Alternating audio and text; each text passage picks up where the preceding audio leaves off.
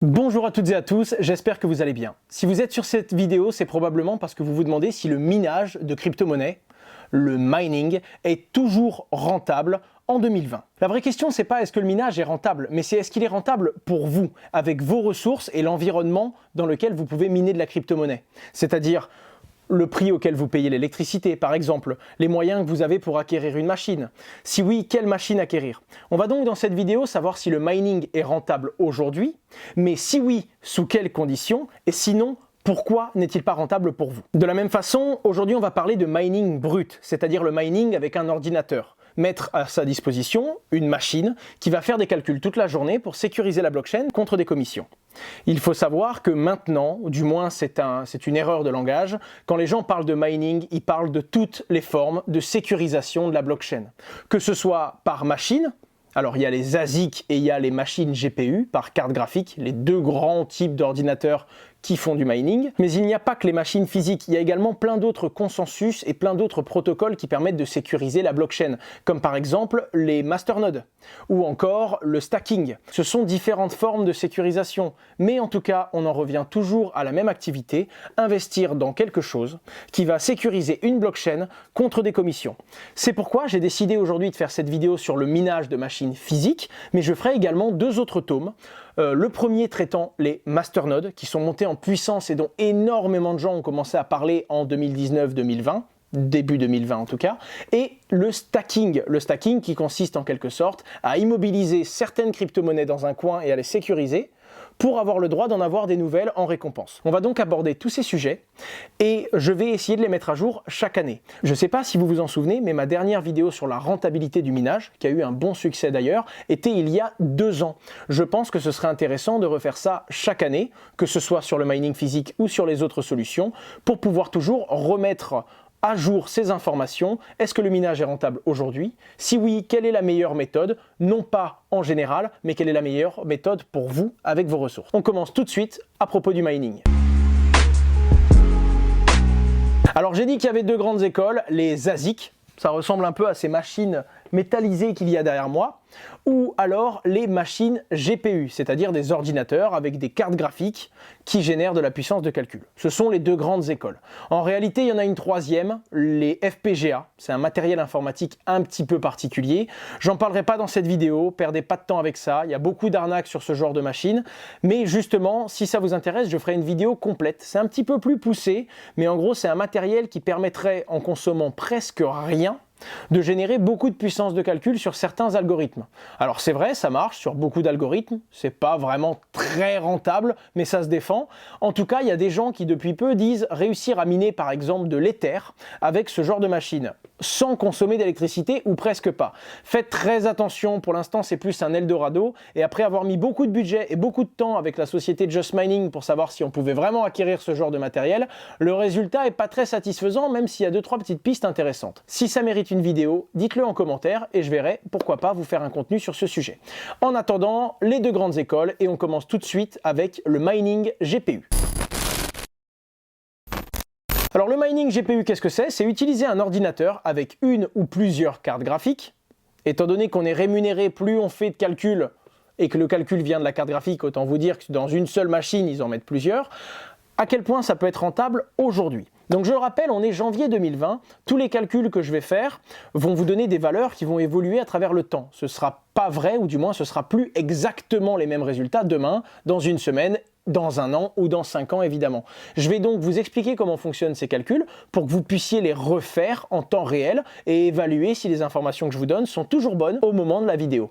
Et si vous êtes curieux de voir à quel point il peut y avoir un gros écart d'une année à l'autre, n'hésitez pas à regarder la vidéo qui s'affiche en fiche, qui vous parlait du minage contre les ASIC en 2018 et vous allez voir que les différences sont quand même notables. Dans les machines pour miner les crypto-monnaies niveau GPU, il y a deux grandes écoles. Les GPU, donc les graphiques processeur unit de chez AMD, l'un des plus grands constructeurs de ces composants, et la deuxième école, l'équipe Nvidia, qui sont du coup les deuxièmes plus gros producteurs de cartes graphiques. Les deux ont des différences un petit peu notables et aujourd'hui je ne vais pas vous faire le tour de tous les mineurs par carte graphique qui existent. J'ai étudié les plus rentables et les plus utilisés du moment afin de vous donner les caractéristiques qui vont vous permettre de décider ce que vous préférez. Des machines par carte graphique qui peuvent toujours être rentables même si elles commencent à se faire vieilles, ce sont des machines qui sont équipées de matériel AMD, notamment les RX 570 et 580. Faites attention malgré tout parce qu'elles sont le plus rentables sur l'algorithme de minage Ether. Et comme vous le savez, l'Ether va passer en version 2.0. On ne sait toujours pas exactement quand, on ne sait toujours pas exactement comment. Et c'est possible que le minage Proof of Work, en tout cas c'est l'objectif de la fondation et de l'équipe Ether, ne soit plus viable par carte graphique, mais par Proof of Stake, un nouveau système de sécurisation qui consomme énormément moins d'énergie. Faites donc attention, c'est d'ailleurs pour ça que beaucoup de gens commencent à petit mettre en stand-by leur investissement sur les GPU, non pas parce qu'ils ne savent pas si c'est rentable ou non, mais simplement parce qu'ils ne sont pas certains qu'à l'avenir ce soit toujours rentable. Alors c'est un pari puisque plein de personnes commencent à déconnecter leurs mineurs GPU et il y a de moins en moins de gens qui investissent dans des nouveaux. Ceux qui restent en place et ceux qui continuent à miner de l'Ether vont commencer à gérer de grosses quantités de monnaie. L'Ether est au plus bas. C'est pas le plus rentable que vous allez voir dans cette vidéo. En attendant, ça se défend et globalement, si l'Ether prend du temps à passer en Proof of Stake et reste en Proof of Work, donc minage traditionnel, je le rappelle, c'est la preuve de travail, l'ordinateur travaille, il fournit la preuve de son travail et il est rémunéré en échange, le Proof of Work, eh bien ce composant graphique peut toujours être rentable. Malgré tout, beaucoup moins qu'à l'époque où on avait un Ether à 500 ou à 1000 euros, évidemment. Juste une petite chose, si vous décidez de miner avec ce genre de composants, pensez bien à regarder qu'il y ait bien 8 Go de mémoire sur ces cartes. En effet, la plupart des mineurs qui se vendaient il y a 2 ans étaient des mineurs avec des cartes graphiques à 4 Go de mémoire. Parce qu'en gros, si vous voulez, quand vous allez miner principalement la monnaie la plus rentable, Ether ou Ether classique en ce moment, eh bien, il faut avoir une certaine taille de mémoire pour pouvoir accéder à ce type de minage. L'Ether se rapproche petit à petit d'un fichier qu'on appelle le fichier DAG, qui fera plus de 4 Go. Le jour où le fichier DAG fait 4,0001 Go, une carte graphique à 4 Go ne peut plus le miner, comme celle-là par exemple. Faites donc bien attention si vous partez sur ce matériel à acheter des cartes graphiques qui ont 8 Go de mémoire. J'ai les calculs sous les yeux, à l'heure d'aujourd'hui évidemment, c'est pas les machines les plus rentables parce que l'Ether est très bas. Malheureusement. Actuellement, une machine composée principalement de RX 570 8 Go, c'est une machine qui va consommer environ 840 watts d'électricité. C'est important car vous allez le faire rentrer dans votre ratio, ce que vous gagnez en récompense crypto-monnaie, mais ce que ça consomme en consommation électrique. Et aujourd'hui, un rig va vous rapporter environ 2,40 € par jour s'il contient 6 cartes graphiques. C'est intéressant si vous ne payez pas l'électricité et que vous avez encore du matériel, sachant que vous allez pouvoir le rentabiliser pendant encore plus d'1 an, je pense. Et même si l'Ether passe en version non minable, il y aura une phase hybride. Dans un premier temps, on pourra le miner à moitié avec l'ancienne méthode, le mining par carte graphique, et également par stacking ou alors par masternode, la nouvelle méthode qui vont être ajoutées. Malgré tout, même si cette carte est toujours rentable, du moins en fonction de votre prix de consommation électrique, il y a des nouveaux composants qui sont en train d'arriver sur le marché et c'est clairement la version 2.0 des mineurs AMD.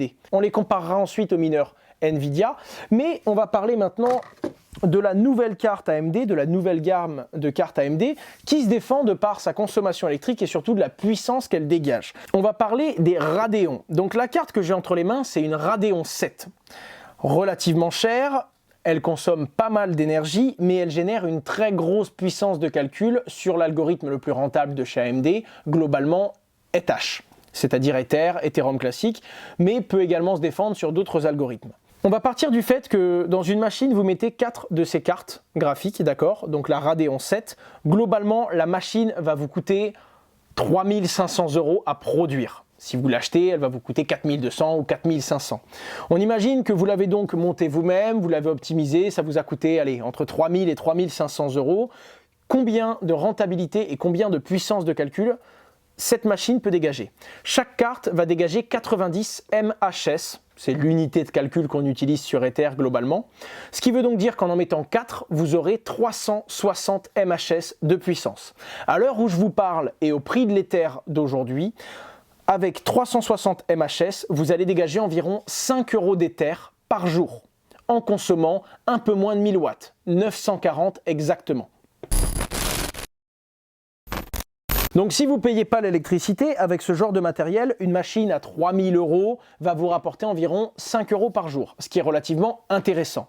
Mais soyons réalistes, vous avez de grandes chances de payer l'électricité, même si vous ne la payez pas très cher, il faut comparer ça forcément à votre consommation. C'est ce que beaucoup de gens oublient de vous dire, quel que soit le mineur, par carte graphique, AMD ou Nvidia, que ce soit un FPGA, que ce soit un ASIC, à chaque fois c'est pareil. Combien le matériel vous coûte à acquérir ?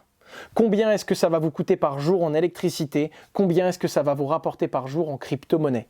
C'est les 3 seules variables à regarder de bout en bout. C'est vraiment ça qu'il faut regarder. Est-ce que ça me rapporte plus que ce que ça me coûte? Et combien m'a coûté le matériel car je dois le rembourser? C'est les 3 variables à garder en tête. Quel que soit le niveau de complexité de la machine que vous voulez acquérir, gardez ces 3 variables en tête.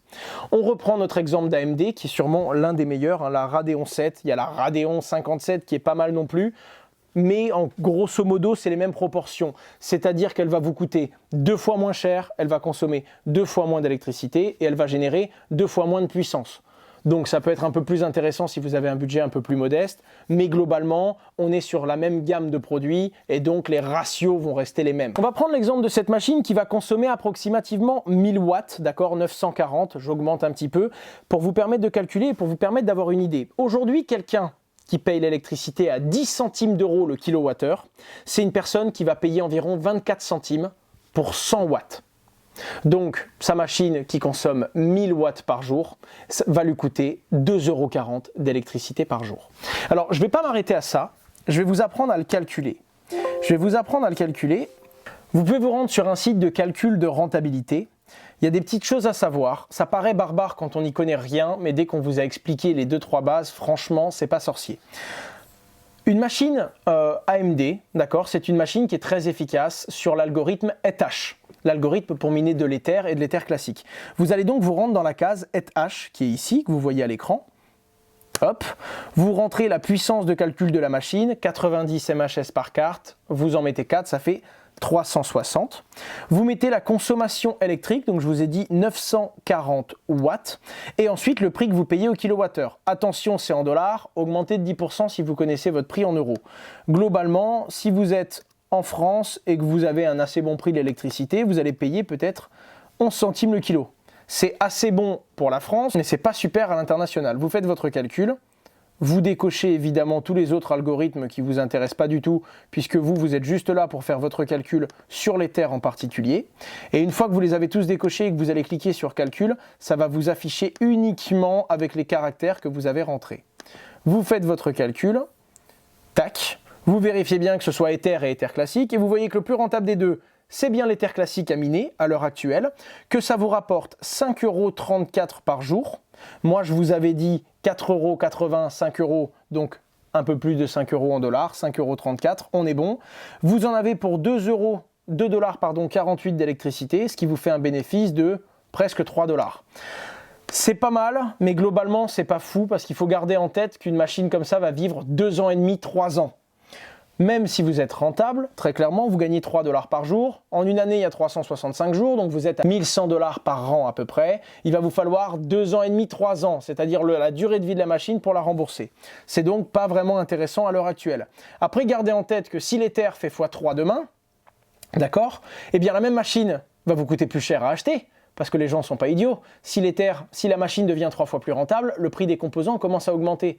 Et c'est comme ça qu'il y a des gens qui ont payé des machines au prix simple jusqu'au prix double en 2017 quand les crypto-monnaies explosaient. C'est vraiment les mineurs qui investissent dans des machines pas rentables à l'instant T qui font le plus de profit si la blockchain et les crypto-monnaies explosent d'un coup. Gardez quand même ça en tête et donc il y a toujours un risque à prendre. Il faut juste avoir toutes les variables en tête. On imagine, alors j'insisterai pas autant sur toutes les machines et sur tous les calculs, c'est juste pour vous montrer et que vous puissiez avoir le curseur de comprendre si cette machine m'intéresse, comment calculer si elle est rentable. Je reprends du coup la même machine, donc même puissance, 940 watts, et on imagine cette fois-ci que vous payez l'électricité, on va dire comme une entreprise, on va dire 7 centimes d'euros hors taxe.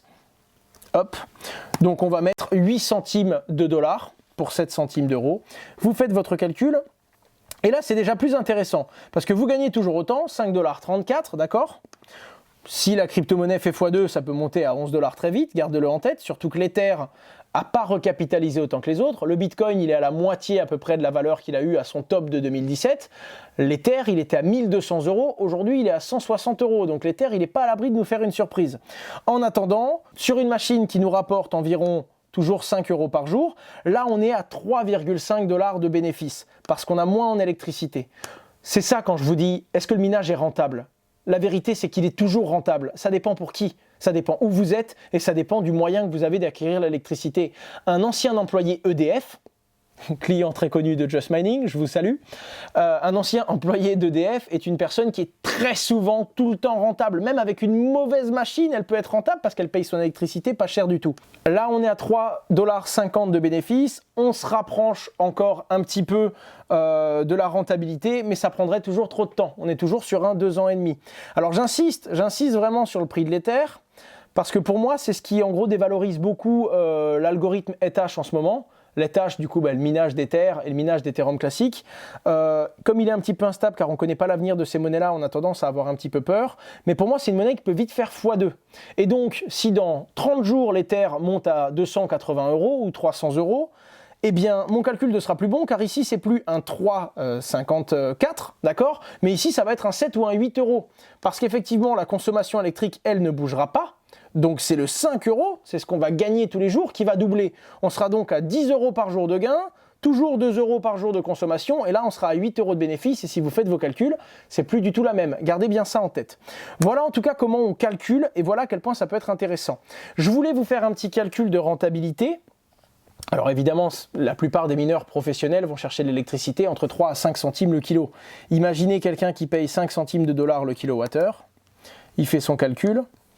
Il n'a pas du tout les mêmes chiffres que vous, parce que lui, il va générer environ 4 € par jour de bénéfices. Ça veut dire que chaque année, il est à 1500 €. Ça veut dire qu'en à peu près 2 ans, il rentabilise sa machine. Ce qui n'est toujours pas un bon ratio pour un professionnel, mais c'est pas pareil quand un professionnel sait optimiser sa machine pour qu'elle mine 3 ans ou 3 ans et demi, par exemple.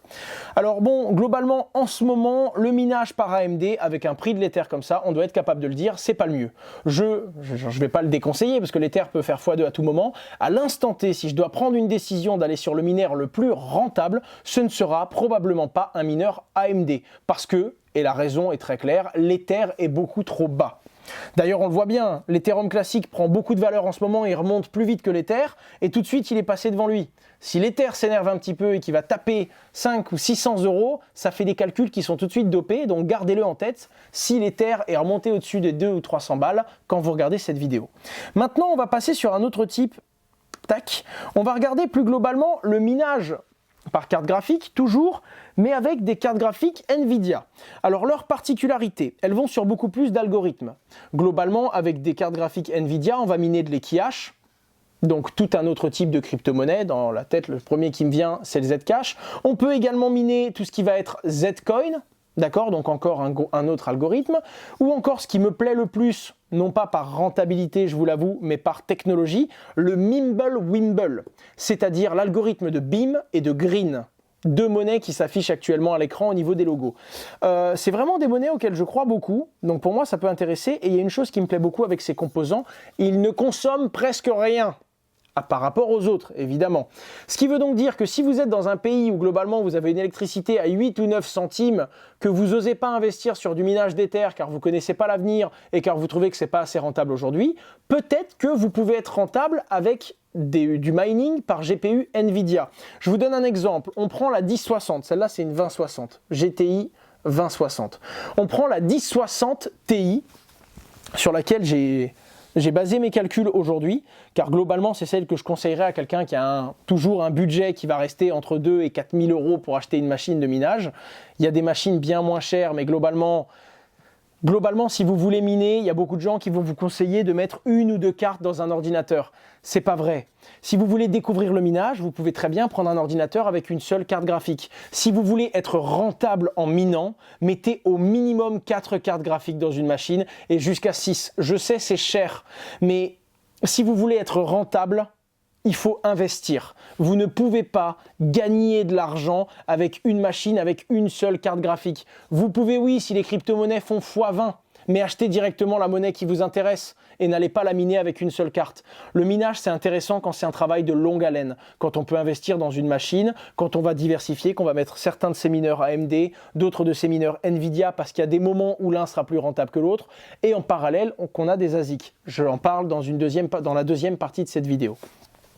Alors moi j'aime bien également les mineurs Nvidia. Alors c'est très drôle parce qu'ils sont absolument pas rentables en ce moment. Globalement, vous allez récupérer à peu près ce que vous allez dépenser en électricité, sauf si vous avez encore une fois une électricité en dessous de 8 centimes le kilowattheure. Là ça peut être intéressant pour vous.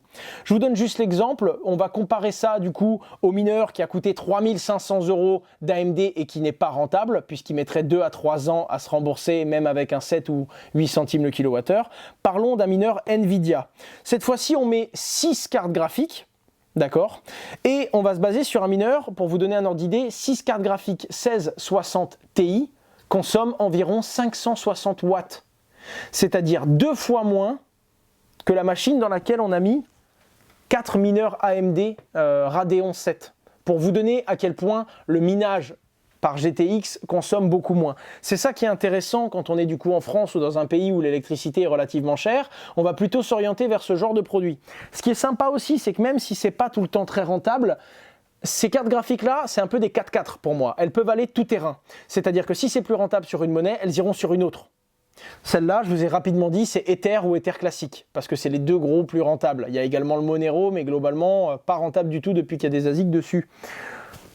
Avec ça, vous pouvez miner du Beam, mais vous pouvez également miner du Green, qui sont deux algorithmes différents, mais qui globalement restent autour de l'environnement Mimblewimble. Vous pouvez également miner du Zcoin, qui est d'ailleurs la monnaie la plus rentable en ce moment. Et pour vous répondre à ça, à l'heure actuelle, ça vous rapporterait environ 2,50 € par jour de miner, avec une machine qui vous coûterait 2500 €. Donc une machine avec 6, la machine qui est juste devant moi et que je vais vous montrer juste après. Montage. Alors voilà, je me suis levé pour vous montrer un peu ce que ça donne une machine de minage. Là c'est de la GTX, hein, on est sur de la 1660 Ti. Beaucoup de gens vous parlent d'une config de base. En gros, quand on parle de GPU, on vous dit telle carte graphique choisir ou telle carte graphique, on les compare comme je viens de le faire, mais on vous dit toujours de mettre ça sur une machine de base. Alors qu'est-ce que c'est une machine de base? C'est une machine avec une alimentation que vous allez voir ici, avec une carte mère, c'est la carte que vous voyez là, et avec un processeur sur la carte mère. Avec également un espace de stockage pour mettre l'operating system, c'est-à-dire Windows ou Linux. Je conseille de mettre un operating system Linux, parce que c'est le plus léger, ce qui vous permet également, globalement c'est le truc qui vous permettra d'optimiser le plus vos performances de minage, mais également d'avoir un disque dur qui vous coûte presque rien. Là c'est un SSD de quelques gigas, alors que si vous voulez mettre un Windows, il faudra mettre 128 gigas minimum. Le processeur, il faut acheter un processeur le moins cher possible qui fera l'affaire. Je vous mets un exemple de processeur qui fera le travail dans la description. La barrette de RAM, généralement, vous mettez 4 ou 8 gigas, les prix sont très semblables, mais pourquoi mettre 8 quand on peut mettre 4 si ça suffit largement? Et ensuite, bon, les câbles que vous voyez là, ce sont des risers, ce sont des rallonges pour pouvoir connecter la carte mère jusqu'au GPU. Hop, au niveau de la carte graphique, c'est la machine dont je vous ai parlé. Cette machine-là, à l'heure actuelle, elle rapporte 2,50 € et elle consomme environ 1,20 €, 1,30 € d'électricité sur le prix que je viens de vous donner. Voilà, je voulais juste vous montrer ça parce que beaucoup de gens parlent de config de base, mais en fait ils parlent de ça, un processeur, une carte mère, une alimentation. D'ailleurs l'alimentation, les gens disent quelle alimentation mettre? Quand vous savez pas quoi mettre, il faut simplement partir d'un constat simple. Combien consomme votre machine? Je vous dis un exemple très bête, c'est pas la vérité, c'est juste pour que vous compreniez. Imaginez que chaque carte graphique consomme 100 watts, vous en avez 6, ça fait 600 watts. Il y a également d'autres composants, mais globalement, ça représente moins d'un quart de la consommation des cartes graphiques. Donc si là, vous avez 600 watts, partez du fait que le reste va consommer à peu près 150. Vous devez donc être capable d'alimenter une machine de 750 watts. Si vous prenez une alimentation de 850 ou de 1000, vous n'aurez pas de souci, tout simplement. Le but après, c'est pas de prendre une mauvaise qualité d'alimentation. Je recommande fortement Corsair ou EVGA qui sont deux très bonnes marques d'alimentation. Dès que vous avez une bonne marque, ensuite vous avez besoin de prendre celle qui vous coûtera le moins possible. Alors évidemment, elle rapporte beaucoup moins, mais elle consomme aussi beaucoup moins, ce qui est intéressant quand on paye très cher l'électricité. Malgré tout, on doit terminer ce bilan quand même par le dire. Aujourd'hui, en janvier 2020, ce sont rarement les mineurs GPU les plus rentables. De tout ce que je vous ai présenté, le plus tout-terrain, celui qui résistera à une hausse, à une baisse et à des nouveaux algorithmes ou à des modifications par les projets, c'est globalement les mineurs GPU GTX. C'est ceux qui sont les plus polyvalents, les plus 4-4. Pour reprendre mon exemple de tout à l'heure. Au niveau de la rentabilité, si vous avez un faible coût électrique, c'est très clairement AMD qui est toujours devant. Vous prenez AMD, Radeon, soit vous prenez Radeon 7, soit vous prenez du coup Radeon RX 57000. Globalement, vous allez pouvoir tirer une bonne rentabilité et un bon profit. Mais je vais le comparer au meilleur ASIC que je vais vous présenter afin que vous puissiez à la fin de cette vidéo faire votre choix. Faites attention si vous allez sur des mineurs un petit peu moins chers, notamment les RX 570 et 580, à bien vérifier de partir sur du 8 Go. N'oubliez pas que ces GPU là sont moins chers, mais forcément moins puissants, c'est toujours une question de ratio. Maintenant, on passe dans les ASIC. Et du coup, je vais ranger ça. Ouais, bon, c'est plutôt lourd. C'est les tout derniers de chez Bitmain, d'accord, il y a quelques concurrents, il y a des machines un petit peu plus puissantes, mais faites attention, généralement les machines qui sont 10% plus puissantes des concurrents consomment 30 ou 40% d'électricité en plus. Vous l'avez compris, c'est pas qu'une question de prix et de puissance, c'est aussi les caractéristiques de la machine qui font qu'elle est rentable ou non.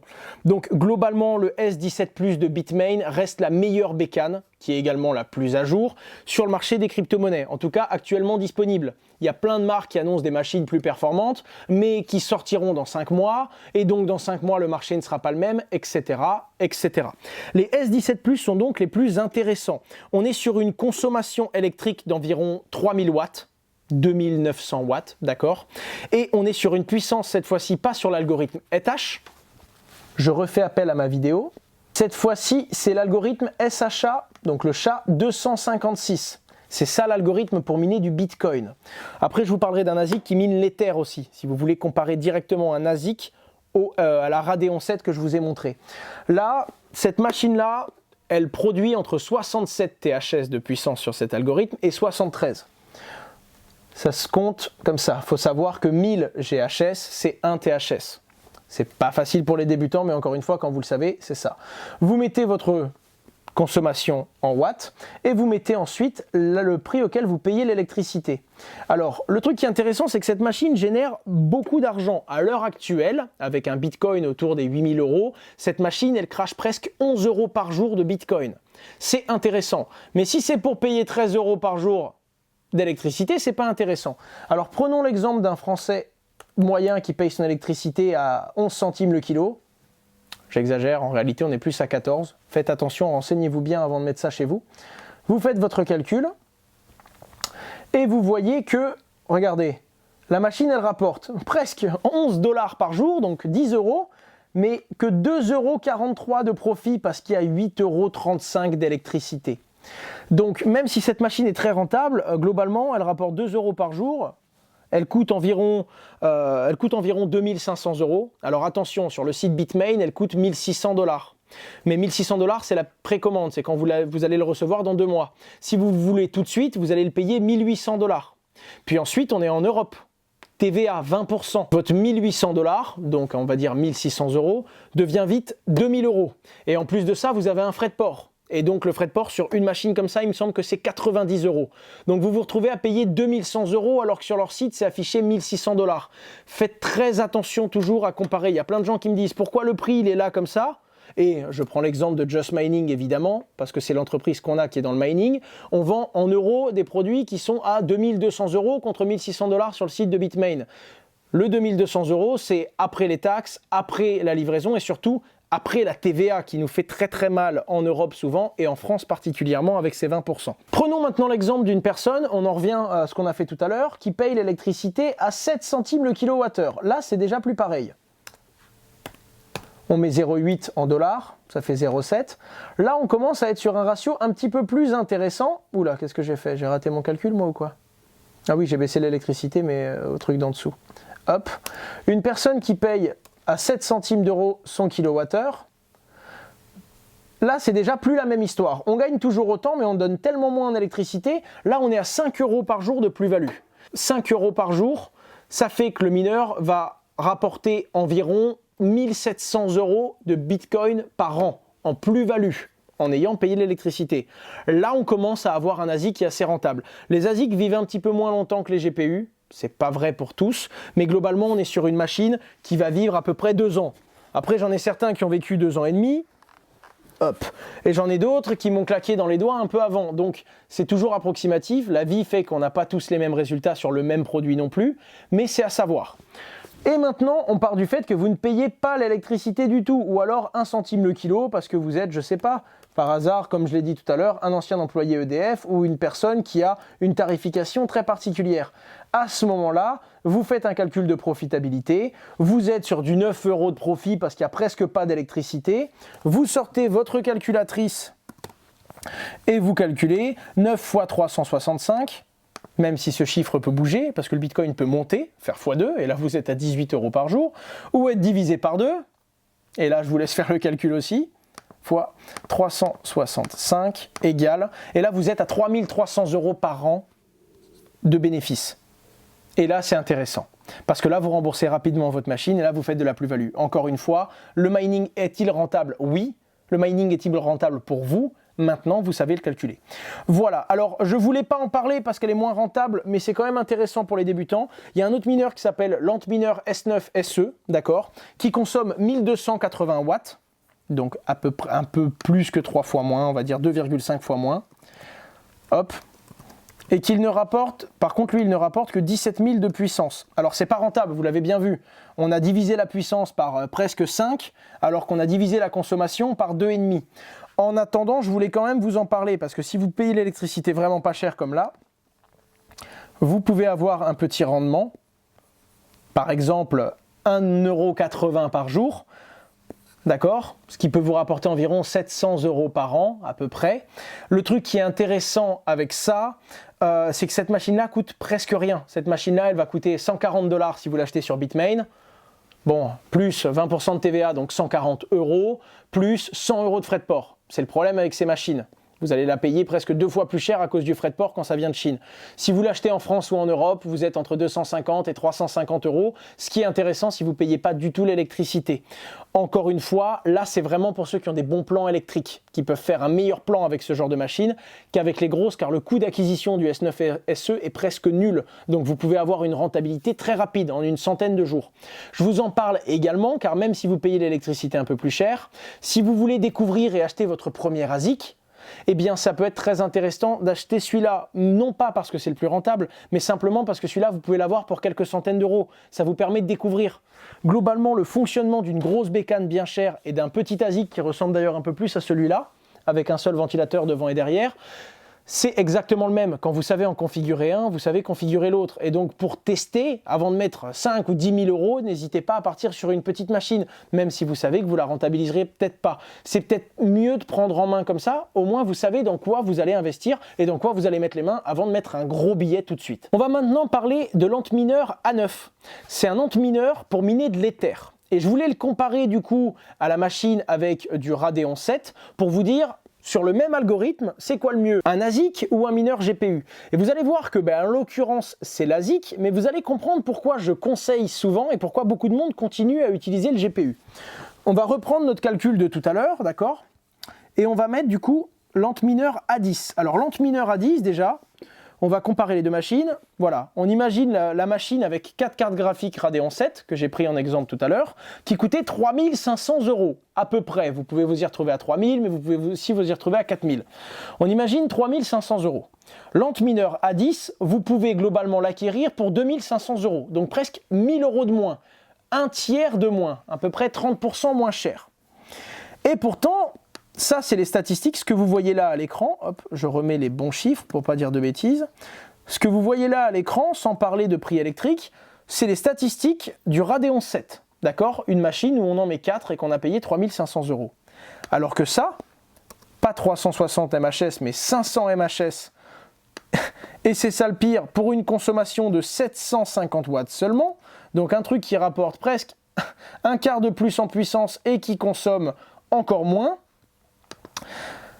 Et bien là, vous êtes en train de vous demander comment ça se fait que les gens continuent à utiliser du GPU. Et je vais vous l'expliquer. On imagine maintenant que vous payez l'électricité à 7 centimes le kilo. Tac.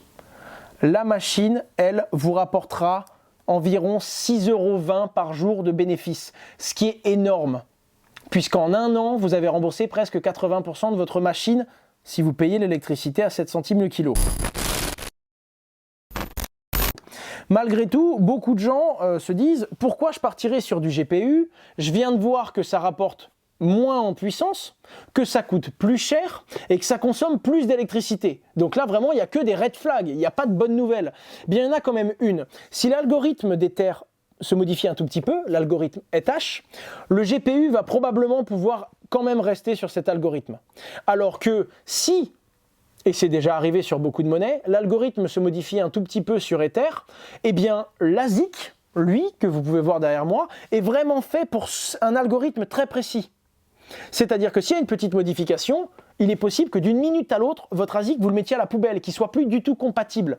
À l'heure actuelle, un ASIC A10 est capable de dégager 500 MHz de puissance en consommant 750 watts.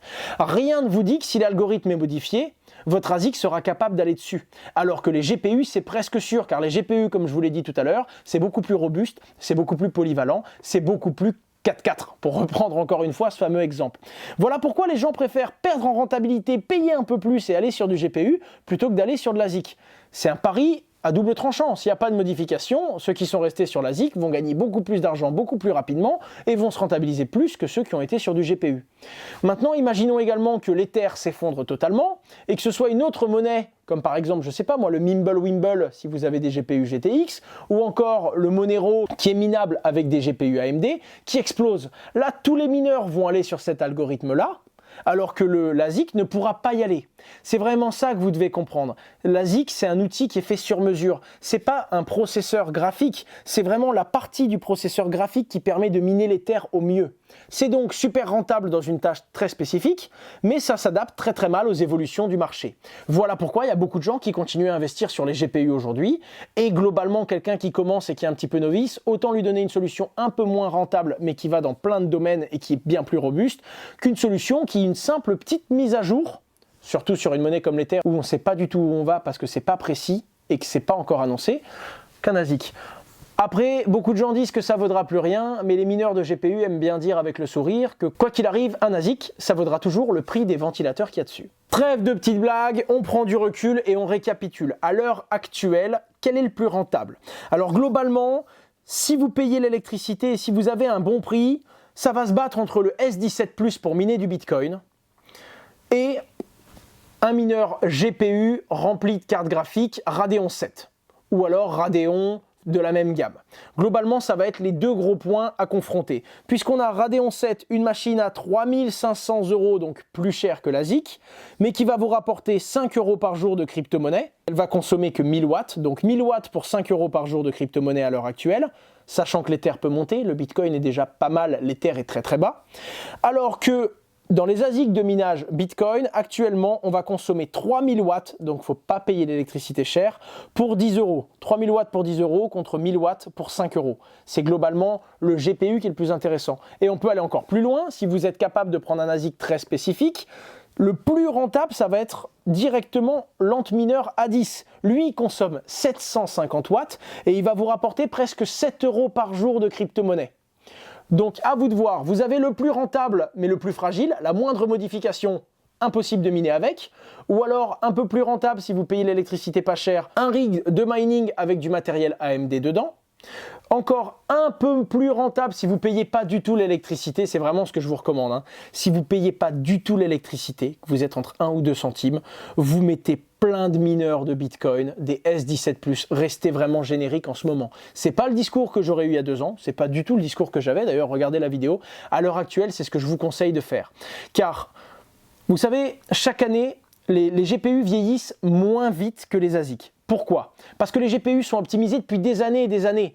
Nvidia et AMD n'ont pas attendu le minage de crypto-monnaies pour améliorer leur carte graphique. Elles servaient à plein d'autres choses. C'est pour ça que chaque année, il y a une nouvelle carte graphique qui est un peu plus performante que celle d'avant, mais ce n'est pas une révolution. Et donc les anciens composants sont toujours viables. Alors que dans le monde de l'ASIC, eh bien, au tout début, d'une année à l'autre, Bitmain sortait une nouvelle machine qui consommait 2 fois moins que l'ancienne et qui était 2 fois plus performante, donc 4 fois plus rentable. C'est pour ça qu'il y avait une obsolescence énorme. Maintenant, on commence à y avoir beaucoup de concurrence sur les ASIC. Même Bitmain, ils sortent des machines de mieux en mieux, mais ils gagnent 5 ou 10% de puissance, ou alors elles sont 30% plus performantes. Mais la nouvelle machine ne rend pas totalement obsolète l'ancienne. Donc ça peut commencer à être intéressant sur du long terme d'investir sur de l'ASIC aujourd'hui. En attendant, sur du minage d'Ether, je ne dis pas aux gens de freiner, parce que c'est un risque, ceux qui y vont aujourd'hui prennent un risque qui peut payer, mais en attendant, pour des novices et pour ceux qui veulent investir des gros montants, je conseille de patienter un petit peu, de voir comment l'Ether, Vitalik Buterin et le projet global le plus rentable sur Ethash va piloter et va avancer. Voilà tout, j'espère que vous avez compris comment calculer et en tout cas il y a plein d'autres ASIC, il y a plein d'autres méthodes de minage qui existent. Pour les autres méthodes, on va les aborder dans d'autres vidéos. Pour les autres machines, globalement, j'ai parlé des plus rentables aujourd'hui. Les gens qui minent avec ce genre d'ASIC ou ce genre de machine. Il y en a d'autres, il y a également des mineurs de Zcash qui sont pas mal en ce qui concerne les ASIC, mais globalement ça dépend toujours des variations des prix de la monnaie. Et le truc qui est très dur dans ma position, c'est que si dans la nuit, et oui, on est samedi très tard, je commence à être fatigué. Si dans la nuit, l'Ether fait x2, ce que je vous ai dit là n'est plus totalement vrai.